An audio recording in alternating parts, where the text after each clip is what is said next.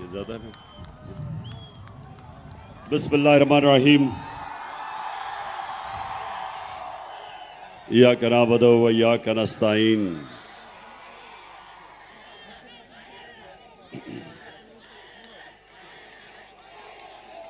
शुक्रिया। मैं सरगोदा यूनिवर्सिटी का शुक्रिया अदा करता हूं कि आज उन्होंने मुझे दावत दिया।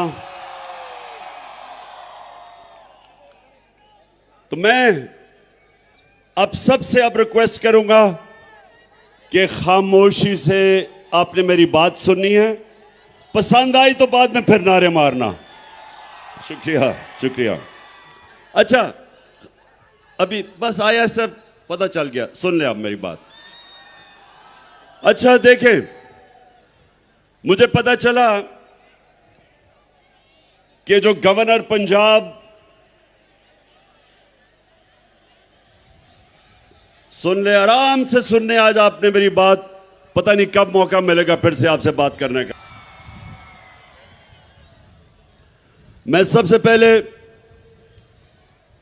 गवर्नर पंजाब, जो चांसलर है सरगोदा यूनिवर्सिटी का, गवर्नर साहब जरा मैं आपसे मुखातिब हूं।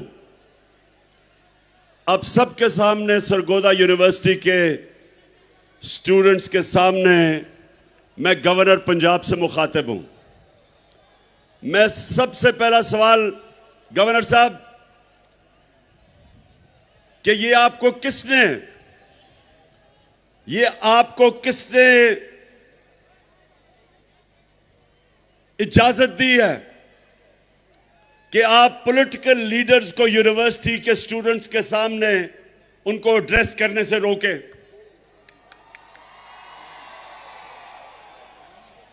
मैं ऑक्सफोर्ड यूनिवर्सिटी 3 साल था। ऑक्सफोर्ड यूनिवर्सिटी के लिए बड़े बड़े, सिर्फ बर्तानिया के पॉलिटिशियंस नहीं, इंटरनेशनल पॉलिटिशियंस इनवाइट करते थे, अभी भी करते हैं, और वो स्टूडेंट्स को एड्रेस करते थे। मुझे, जब से मैंने यूनिवर्सिटी छोड़ी, 3 दफा ऑक्सफोर्ड यूनिवर्सिटी ने मुझे इनवाइट किया है, बल्कि अभी फिर इनवाइट किया है कि मैं यूनिवर्सिटी के सामने आके एड्रेस करूं।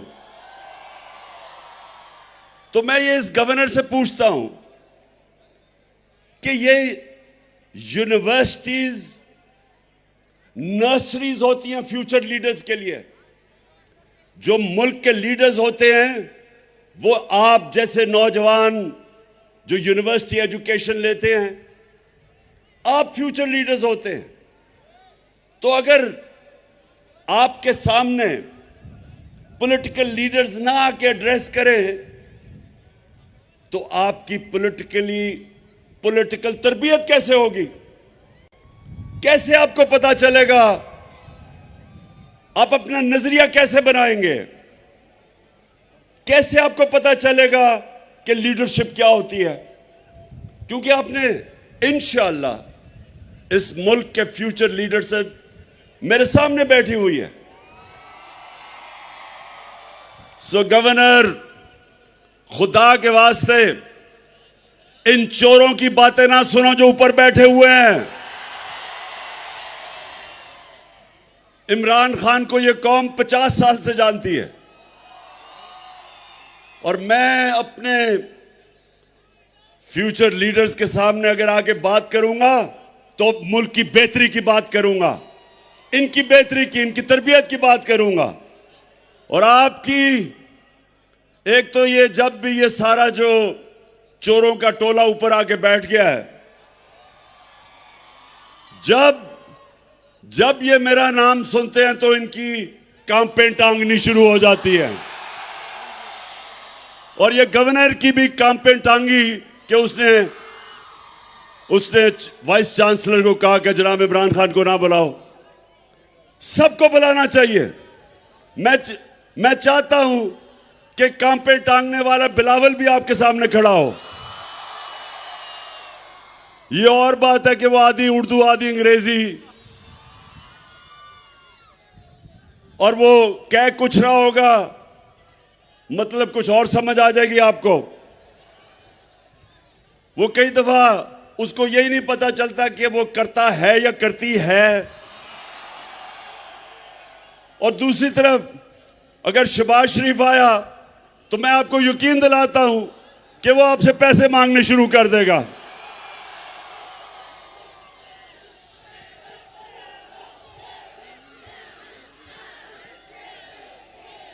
हाँ, और आप डीजल साहब को भी इनवाइट कर सकते हैं। यहां सबको आना चाहिए। डीजल बस सुन लो ना, मैं ये कह रहा हूं कि यूनिवर्सिटीज के अंदर सारे पॉलिटिकल लीडर्स को आके मौका मिलना चाहिए, अपना मौकफ रखें, क्योंकि आपकी ट्रेनिंग हो रही है। और इसलिए क्यों यूनिवर्सिटीज में मुल्क की फ्यूचर लीडरशिप यहां से जन्म लेती है। और दूसरी चीज, अच्छा जरा आपने देखें, आराम से आज आपने मेरी बात सुननी है, क्योंकि मुझे आपका जज्बा और जुनून मैं नोटिस कर रहा हूं, माशाल्लाह उबल रहा है। अच्छा अब सुनना है, देखें सरगोदा यूनिवर्सिटी के स्टूडेंट्स, बहुत बड़ा फिलोसोफर एरिस्टोटल ने आज से 2500 साल पहले एक बात कही थी। गौर से जरा मेरी बात सुने, वो क्या कही थी। उसने कहा था कि अगर एक माशरे में नाइंसाफी हो, जुल्म हो, तो सारे माशरे के शहरी राय हक के लिए खड़े होंगे, इंसाफ के लिए खड़े होंगे। और जब एक इंसान हक के लिए खड़ा होता है तो वो पैगंबरों का काम करता है। सारे अल्लाह के जो पैगंबर थे सब राय हक और इंसाफ के लिए खड़े हुए थे। हमारे नबी सल्लल्लाहु अलैहि वसल्लम मक्का के जो कुफार थे, जो जुल्म करते थे, जिन्होंने आजादी राय, जो अपनी आजादी राय लेके निकले थे, हमारे नबी सल्लल्लाहु अलैहि वसल्लम उन्होंने रोक दिया था, तशद्दुद किया था लोगों पे। वो उसके लिए खड़े हुए थे। जो हजरत मूसा थे वो फिरौन के जुल्म के खिलाफ खड़े हुए थे। हजरत इब्राहिम नमरूद के खिलाफ खड़े हुए थे। हजरत ईसा रोमन इंपीरियलिज्म और जो यहूदी एलीट थी उसके खिलाफ खड़े हुए थे। सब इंसाफ के लिए खड़े हुए थे। तो दो किस्म के पॉलिटिशियन हैं। एक पॉलिटिशियन है जिसको दुनिया हकारत से देखती है, अवाम का नाम लेके इक्तदार में आता है और उसी अवाम को लूटना शुरू कर देता है, झूठ बोलता है अवाम से। इनको लोग हकारत से देखते हैं। और दूसरा पॉलिटिशियन कायदे आजम मोहम्मद अली जिन्ना। कायदे आजम एक बड़ी ख्वाब इंसाफ के लिए, मुसलमानों के हकूक के लिए निकले थे कि हिंदुस्तान में हमें हकूक नहीं मिलेंगे, इसलिए वो निकले थे। 40 साल स्ट्रगल थी। इसलिए आज हम सब कायदे आजम की इज्जत करते हैं कि उन्होंने अपने लिए सियासत नहीं की थी, हमारे लिए की थी। नेल्सन मंडेला, साउथ अफ्रीका में कोई सोच भी नहीं सकता था कि कभी भी खून के बगैर जो अफ्रीकन थे उनको आजादी मिलेगी, क्योंकि गोरों ने उनके ऊपर कब्जा किया हुआ था। अपार्थाइड रिजीम थी, गोरे ऊपर बैठे थे, नीचे गुलाम थे। तो नेल्सन मंडेला 27 साल उसने स्ट्रगल की, 27 साल जेल में गुजारे, लेकिन अपने मौकफ से पीछे नहीं हटा। और जब तक साउथ अफ्रीका रहेगा, चाहे वो गोरा हो या काला हो, सब नेल्सन मंडेला की इज्जत करेंगे, क्योंकि उसने अपनी जात के लिए पॉलिटिक्स नहीं की। और हमारे नबी सल्लल्लाहु अलैहि वसल्लम, हम क्यों उनसे इतना प्यार करते हैं, हम क्यों इश्क करते हैं उनसे? क्योंकि उन्होंने हमें हकूक दिलवाए, उन्होंने हमें इंसान बनाया, उन्होंने मदीना में अदल और इंसाफ का निजाम लेके आए, इंसानों को आजाद कर दिया, उन्होंने मेरिट लेके आए, उन्होंने तालीम का बताया कि जब तुम इल्म हासिल करते हो तो ये इबादत में शामिल हो जाता है। उन्होंने वो लोग जिनकी कोई हैसियत नहीं थी, दुनिया की इमामत की उन्होंने। वो अरब जिनकी हैसियत नहीं थी, दो सुपर पावर्स थे मशरिक और मगरिब में। ये दुनिया की तारीख का सबसे बड़ा इनकलाब था कि उन्होंने उनको उठा के लीडर्स बना दिया। हर सहाबी लीडर बन गया। तो मेरे जो आज जो नौजवान में आप सब मेरे सामने हैं, ये समझें कि हमारा मुल्क अब दो तरफ है, फैसला कुन मोड़ के ऊपर खड़ा है। अगर इस वक्त जो मैं अपनी सारी कौम को कहता हूं कि आप आज हक और सच और इंसाफ के लिए नहीं खड़े होंगे, तो याद रखें, जब आप जुल्म का मुकाबला नहीं करते और जुल्म के बुत के सामने झुक जाते हैं, वो माशरा तबाह हो जाता है। हजरत अली का कौल है कि कुफर का निजाम चल जाएगा, लेकिन जुल्म और ना इंसाफी का निजाम नहीं चल सकता।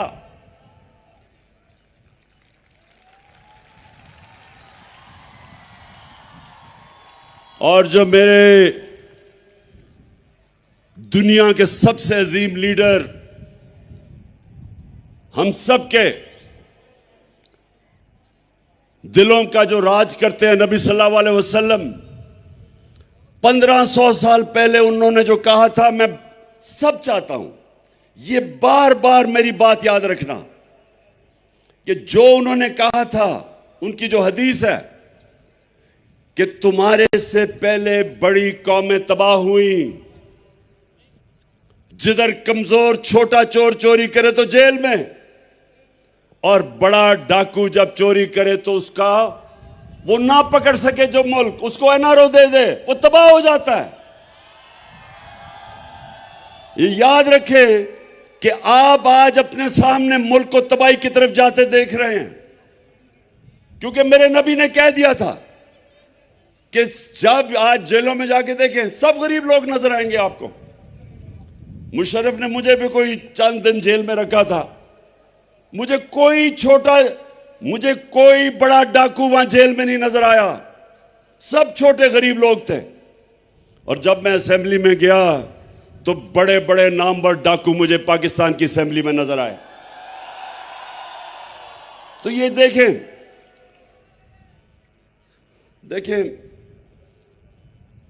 मैंने सारी दुनिया देखी है। शायद ही किसी को अल्लाह ने इतना मौका दिया हो कि उसने मगरिब में भी टाइम गुजारा, उनका सिस्टम देखा। क्रिकेट की वजह से सारी दुनिया के तकरीबन मुल्क देखे, सब दुनिया देखी मैंने। मैं आज आप सबको देखें, मेरे सरगोदा यूनिवर्सिटी के नौजवानों, गौर से मेरी बात सुने। सारी दुनिया में जो मुल्क खुशहाल हैं, जितने भी मुल्क खुशहाल हैं, सारे मुल्क जो खुशहाल हैं वहां इंसाफ का निजाम है, वहां रूल ऑफ लॉ है, वहां कानून की हुक्मरानी है। और जितने मुल्क गरीब हैं, वसाइल के बावजूद, नाइजीरिया तेल के जखीरे पे बैठा, सबसे ज्यादा तेल अफ्रीका के अंदर नाइजीरिया में है। साउथ अफ्रीका में वेनेजुएला, सबसे ज्यादा साउथ अमेरिका में जो तेल है वो वेनेजुएला में है। वेनेजुएला से बेचारे लोग नौकरियां ढूंढने के लिए मर मर के दूसरे मुल्कों में जाते हैं, गुर्बत है। नाइजीरिया गुर्बत की इंतहा है। क्या वजह है? स्विट्जरलैंड, कोई वसाइल ही नहीं है स्विट्जरलैंड में। हमारे जो नॉर्दर्न एरियाज में, हमारे जो गिलगित बल्तिस्तान के पहाड़ हैं, आप यकीन करें कि कोई मुकाबला ही नहीं है। जो हमारी खूबसूरती है, जो स्विट्जरलैंड में है, उसका कोई मुकाबला ही नहीं है। अल्लाह ने जो हमें यहां खूबसूरती दी है। लेकिन स्विट्जरलैंड दुनिया का अमीर तरीन और खुशहाल मुल्क है, कोई वसाइल नहीं है। और नाइजीरिया और वेनेजुएला तेल के बावजूद गुर्बत है। फर्क क्या है? रूल ऑफ लॉ, इंसाफ, कानून की हुक्मरानी। स्विट्जरलैंड के अंदर जो रूल ऑफ लॉ इंडेक्स है, मतलब कि जिस मुल्क में इंसाफ का निजाम बेहतरीन है, स्विट्जरलैंड में 99.9% है रूल ऑफ लॉ इंडेक्स, यानी कोई कानून के ऊपर नहीं है। और नाइजीरिया 7%, 7%। तो इसलिए जब मेरे नबी सल्लल्लाहु अलैहि वसल्लम ने कहा था कि तुम्हारे से पहले बड़ी कौमें तबाह हुई, जिधर कानून नहीं, जिधर इंसाफ नहीं, जिधर कानून की हुक्मरानी नहीं, जिधर ताकतवर या आईनारो ले ले और कमजोर बेचारा जेलों में जाए, तब उन्होंने कहा था कि वो तबाह हो जाएगा। दुनिया में चले जाएं, तबाह हो रहे हैं मुल्क जिधर इंसाफ नहीं है। हमारे सामने मेरी जिंदगी में सिंगापुर आजाद हुआ, छोटा सा सिंगापुर, पानी भी उनका अपना नहीं था, मलेशिया से पानी आता था। वो सिंगापुर जिसको कोई सोच भी नहीं सकता था, सिर्फ एक बंदरगाह थी। ये सरगोदा यूनिवर्सिटी गौर से सुनो, क्योंकि हमारे सामने हुआ ये। उस सिंगापुर में एक ईमानदार लीडर आया जिसका नाम था ली कुआन यू। पाकिस्तान और सिंगापुर का जो पर कैपिटा इनकम था वो एक ही था।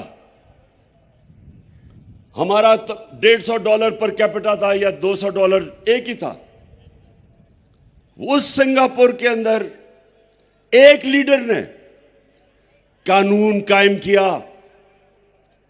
जब आप कानून की बालादस्ती करते हैं तो करप्शन खत्म हो जाती है। करप्शन तो ताकतवर की करप्शन तबाह करती है मुल्क को। तो जब उसने कानून कायम किया, ताकतवर को कानून के नीचे ले आया, करप्शन खत्म की। सिंगापुर आज हमारे साथ शुरू हुआ था 60 साल पहले, 50-55 साल पहले। हमारा आज 2000 होगा डॉलर पर कैपिटा, मुझे याद नहीं है। सिंगापुर का $60,000 पर कैपिटा है। औसत आमदनी सिंगापुर में $60,000 है। वो मुल्क हमारा सारे वसाइल के बावजूद, हमें अल्लाह ने 12 मौसम दिए, जरखेज जमीन दी है, सोने के रिजर्व्स हैं, कॉपर के रिजर्व्स हैं। हमें अल्लाह ने वो टूरिज्म, हर चीज दी है उसने। और हमें देखे कि हमारा वो भी शबाज शरीफ मांगने गया था, अमेरिका जी मुझे पैसे दे दो, मैं मजबूर हूं। वो वैसे अगर टेप है वो जरा चलाए, मैं जरा आपको जरा सुना दे बस। मैं इसलिए कह रहा हूं कि ये फर्क है। मैं सऊदी अरब से होके आया हूं, मैं यूएई के होके, अभी मैं तुर्की होके आया हूं। और मैंने उन भाइयों को कहा कि आप हमारे बड़े अजीम भाई हैं, हमेशा आपने हमारी मदद की। और मैंने यही कहा, जब मैं आया हूं तो आप समझेंगे शायद ये मांगने आया। मैं मांगने नहीं आया, लेकिन मजबूरी है। जिस तरह माजी में 75 साल में आपने हमारा हाथ उठाया है। मैं ये आपको सरगोदा देखें, हम अब ये देख रहे हैं कि हमारा प्राइम मिनिस्टर जब पैसे मांगता है, सारे मुल्क की इज्जत खत्म हो जाती है। बाहर जब आप जाते हैं, हरा पासपोर्ट लेके दुनिया में जब जाते हैं, तो आपको अलग लाइनों में खड़ा कर देते हैं। क्योंकि जो मुल्क दूसरे मुल्कों के सामने हाथ फैलाता है, जिस तरह जो आदमी दूसरे आदमी के सामने हाथ फैलाता है, इज्जत नहीं होती, कौमी गैरत खत्म हो जाती है। तो मैं जो आज आपको खास तौर पे, मैं सरगोदा यूनिवर्सिटी खास तौर पे जो मैं आपके पास आया ये बताने के लिए कि देखें, अगर हम ये समझते हैं कि ये मुल्क चल जाएगा, कि जेल भरे हो बेचारे गरीब लोगों से जो मजबूरी में चोरी करें, बेरोजगारी में, आजकल जो बिजली के बिल हैं वो कौन दे सकता है, तो मुश्किल में जो चोरी करे वो जेल में, और जो बड़े बड़े डाकू अरबों रुपए की चोरी जिन्होंने की हो वो दंदनाते फिरे हैं, प्राइम मिनिस्टर बन जाएं। ये जो, अब जरा सुने, ये आपके लिए मैं सिर्फ बता रहा हूं, सरगोदा यूनिवर्सिटी ये पॉलिटिक्स नहीं है, ये हमारे मुस्तकबिल का फैसला होने जा रहा है। अगर एक मुल्क का प्राइम मिनिस्टर उसको बनाते हैं जो 16 अरब रुपए की, वो और उसका बेटा, उनको चोरी में अंडर ट्रायल होते हैं, इनको सजा होने वाली थी, 16 अरब रुपए की FIA का केस कि इन्होंने चपरासी, मकसूद चपरासी और इनके नाम पे 16 अरब रुपया लिया, 1600 करोड़ रुपया, उसको प्राइम मिनिस्टर बना दें। वो इसहाक डार जो रिटन, सुने जरा, इसने रिटन एफिडेविट दिया हुआ है सन 2000 में मजिस्ट्रेट के सामने कि मैं शरीफ खानदान के पैसे चोरी करके लंदन भेजता था, मैं मनी लॉन्ड्रिंग करता था, कन्फेशनल स्टेटमेंट है इसकी, उसको फाइनेंस मिनिस्टर बना दे, यानी बिल्ले को बैठा दे दूध की हिफाजत करने के लिए। और आसिफ जरदारी, उसके ऊपर किताबें लिखी हुई हैं चोरी पे, उसके बाहर एक किताब है कैपिटलिज्म अकिलीज हील,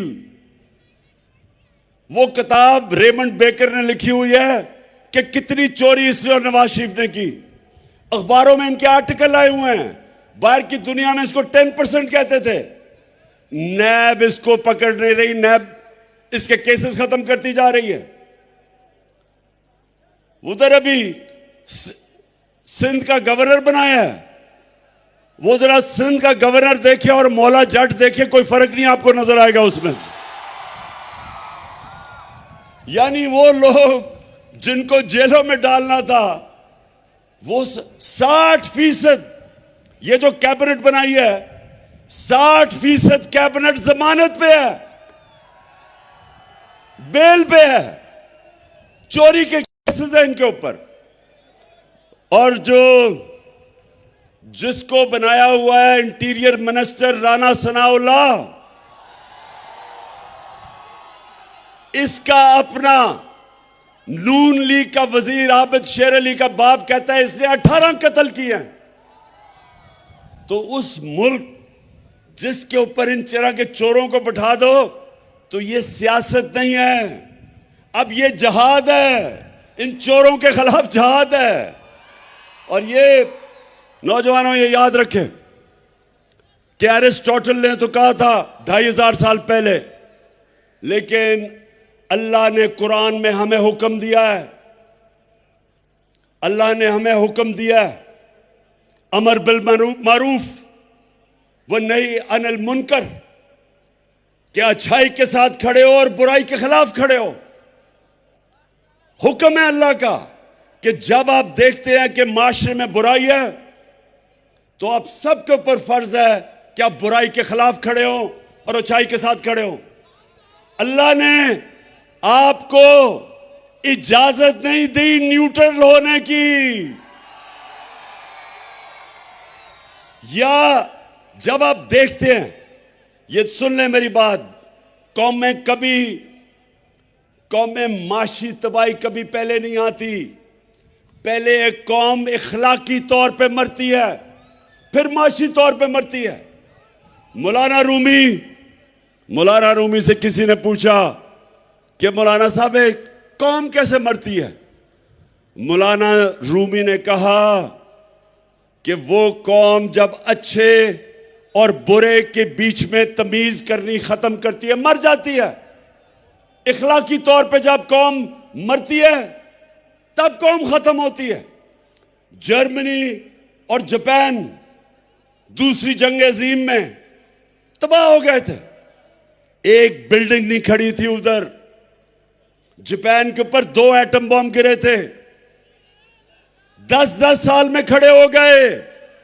10-10 साल में दोनों कौमें खड़ी हो गई, क्योंकि आप बिल्डिंग्स को तो बम मार के गिरा सकते हैं, लेकिन इखलाकियात को बम मार के नहीं मार सकते। इसलिए अल्लाह का हुक्म है अमर बिल मारूफ, और दूसरा उसने जिहाद हमारे पे फर्ज किया है। अल्लाह ने कहा है कि नाइंसाफी के सामने खड़े हो, जुल्म का मुकाबला करो, ये उसका हुक्म है। तो जो मैं आज सारी अपनी कौम को तैयार कर रहा हूं, इंशाअल्लाह चंद दिनों में मैं अपनी मार्च अनाउंस करने लगा हूं।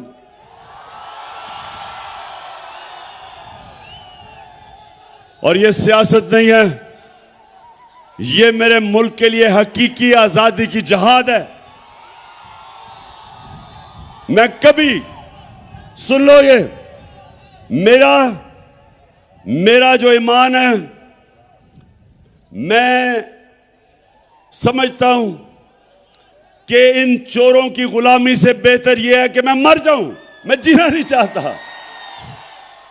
इंसान को मर जाना चाहिए बजाय इन चोरों की गुलामी करे, क्योंकि वो मौत है जो चोर जब ऊपर बैठ जाए कौम मर जाती है।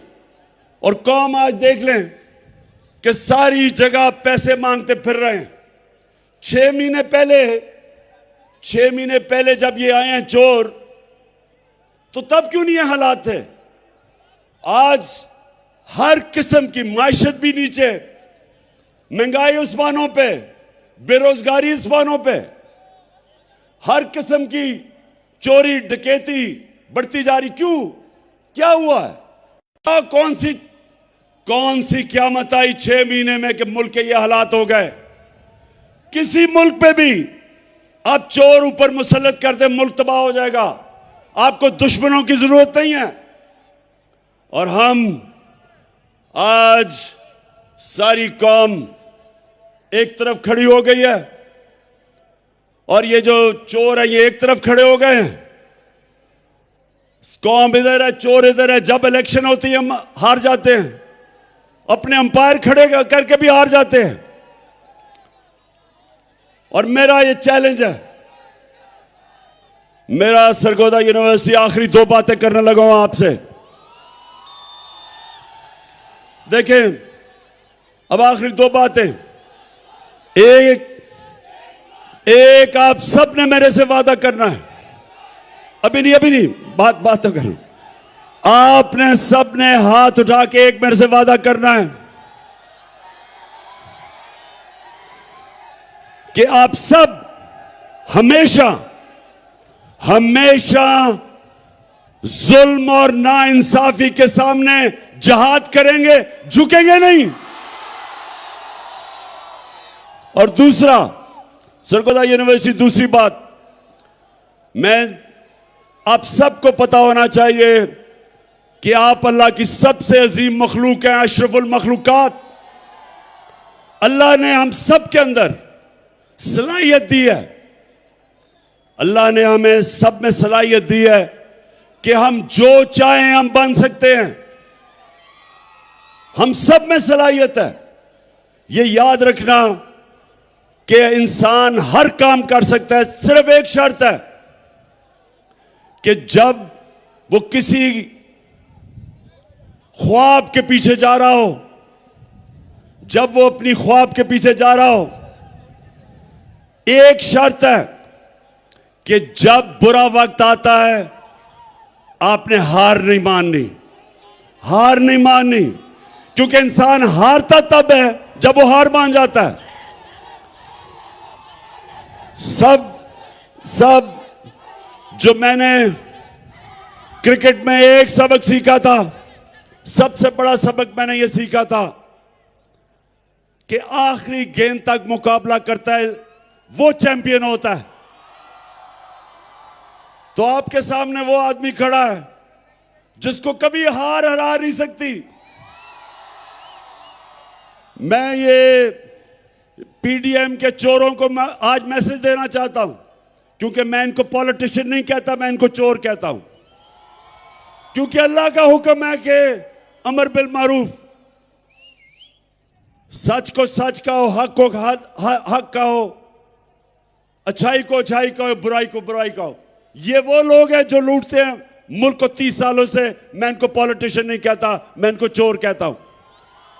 तो इंशाअल्लाह आपका सरगोदा यूनिवर्सिटी, आपका कैप्टन अब इनका मुकाबला करेगा और आप सब ने मेरे साथ टीम बना पाकिस्तान जिंदाबाद। अच्छा, और एक वाइस चांसलर साहब, वो जो गवर्नर बैठा हुआ है, ये नून लीग का गवर्नर, उसको प्लीज मैसेज दे दें कि सरगोदा यूनिवर्सिटी में हर पॉलिटिकल लीडर को यहां बुलाएं और आपके सामने खड़ा करें। और मैं आपको आज यकीन से कहता हूं कि इनमें से एक भी नहीं आएगा, क्योंकि आप सबको देख के अभी से ही उनकी कांपें टांगनी शुरू हो गई है।